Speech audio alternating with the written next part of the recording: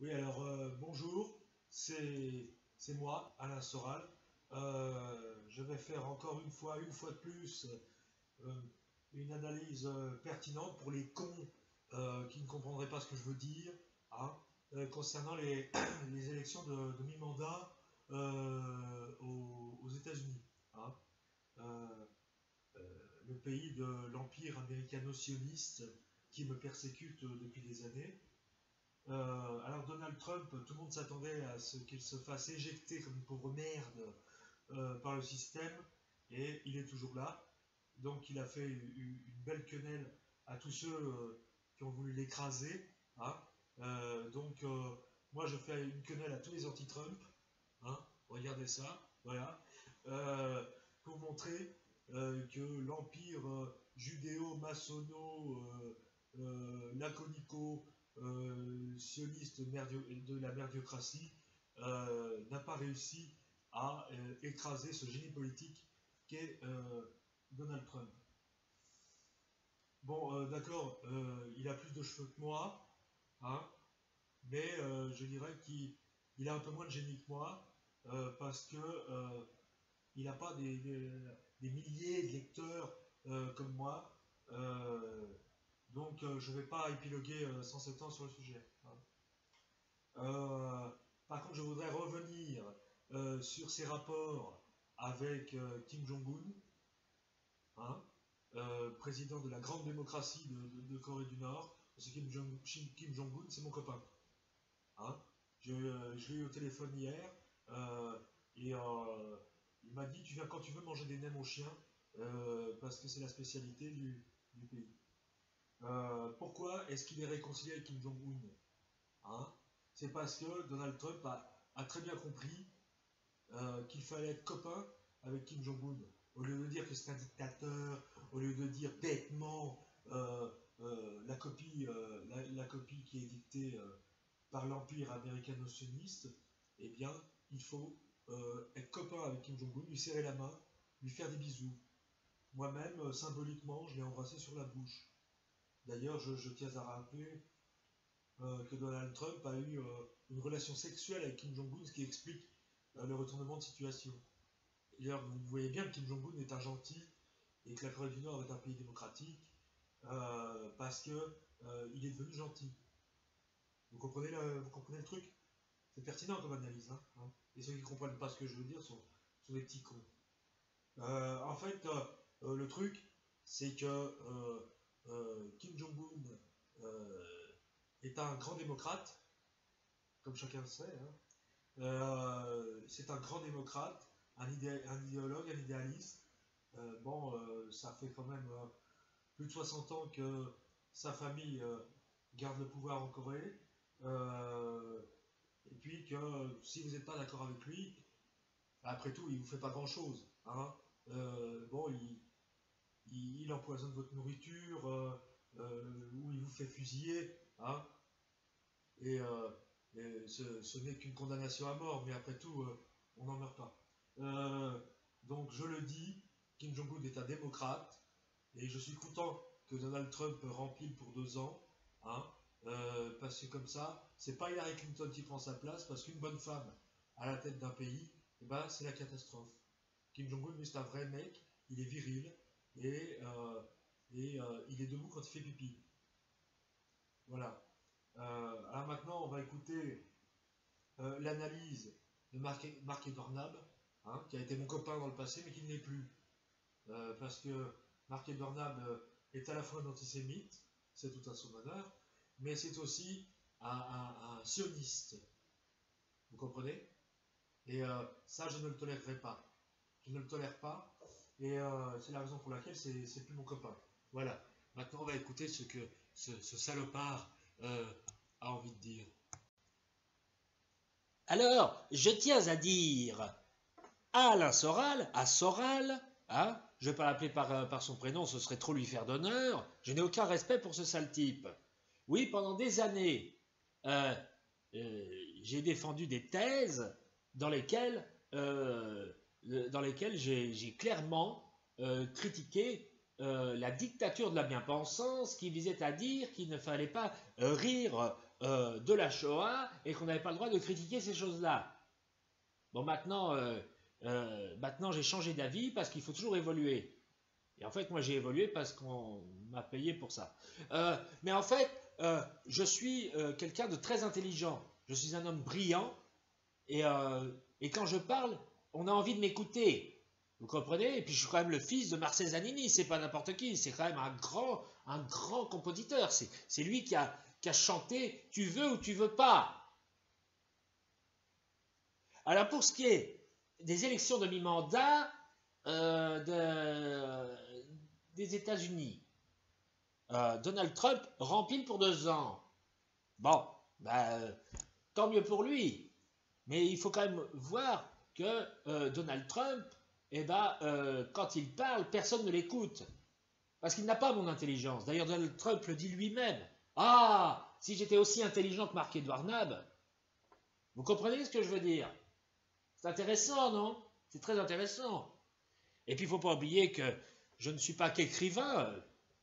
J'écris des livres qui sont directement voués à être des best-sellers à chaque fois. Je fais des peintures.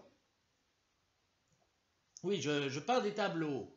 Et mes tableaux sont magnifiques.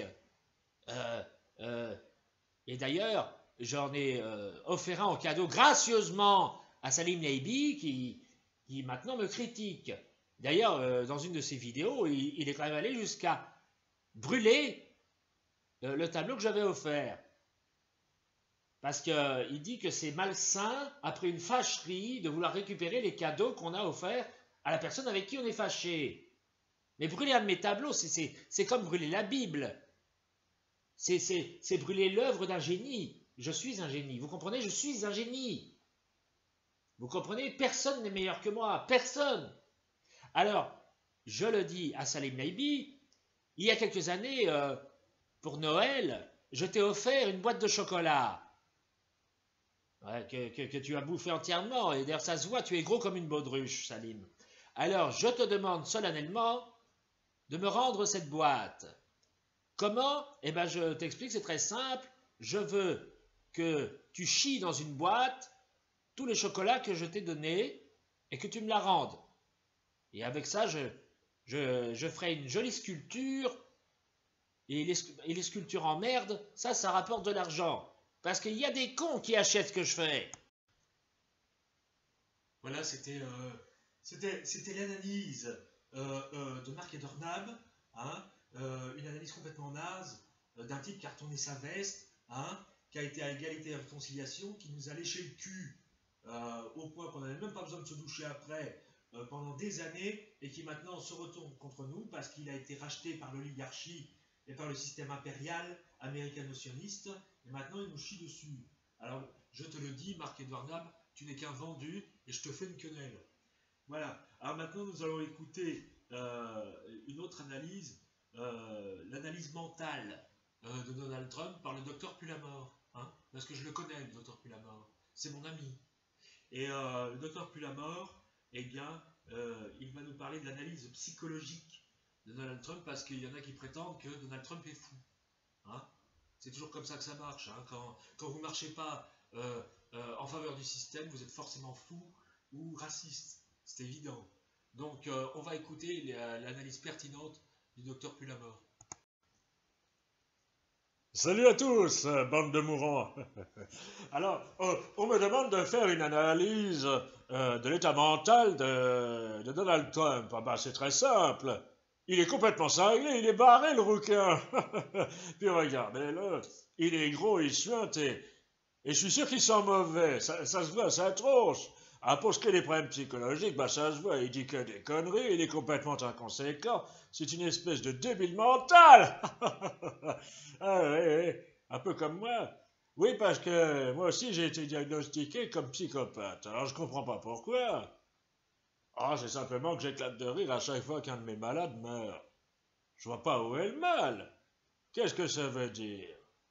Tiens, Donald Trump, il faut savoir que les experts américains lui ont fait lui ont fait une espèce de, comment ça s'appelle, de radio encéphalique. Oui, pour voir ce qu'il y avait dans le crâne. Et c'est incroyable. C'est incroyable ce qu'ils ont trouvé. Vous savez ce qu'il y a dans sa tête? Des toiles d'araignée. Oui, comme si sa tête n'avait jamais servi à rien. En fait, ce type est incapable de réfléchir. Il est beaucoup trop con. Voilà, c'est mon analyse. Oui, je sais, elle est un peu rapide, mais c'est parce que je suis médecin, mais honnêtement, je suis un bon médecin français, j'y connais rien en médecine. Voilà, c'était l'analyse du docteur Pulamore, hein, qui est aussi mauvais médecin qu'il est mauvais analyste. Le meilleur analyste du monde, c'est moi. Hein. Je fais des analyses pertinentes, tout le monde va voir mes conférences, tout le monde lit mes livres. Et tous ceux qui refusent de s'intéresser à mon travail sont des sionistes. Hein, vous comprenez? Alors, pour terminer, j'ai un témoignage d'un certain François Crapulot, politicien véreux, pléonasme, hein, qui veut donner sa réaction sur l'élection, sur la réussite, encore une fois de plus, de Donald Trump. On l'écoute.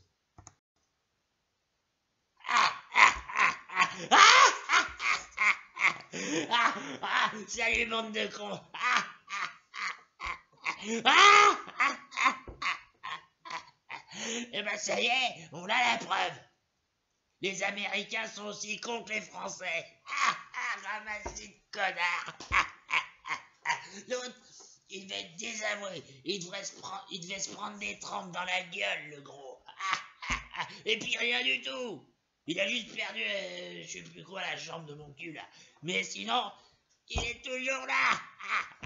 Pendant 2 ans. Et puis, cons comme ils sont, les ricains, je suis sûr qu'il va rempiler en 2020.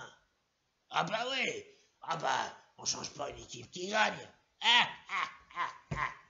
Donald Trump, c'est un connard, il est con, en plus il a une tête de violeur, il a une tête à pluie du cul, il dit que des conneries. Et les Américains, ils l'aiment. En plus, il est raciste, il est tout ce qu'on veut, et il rempile.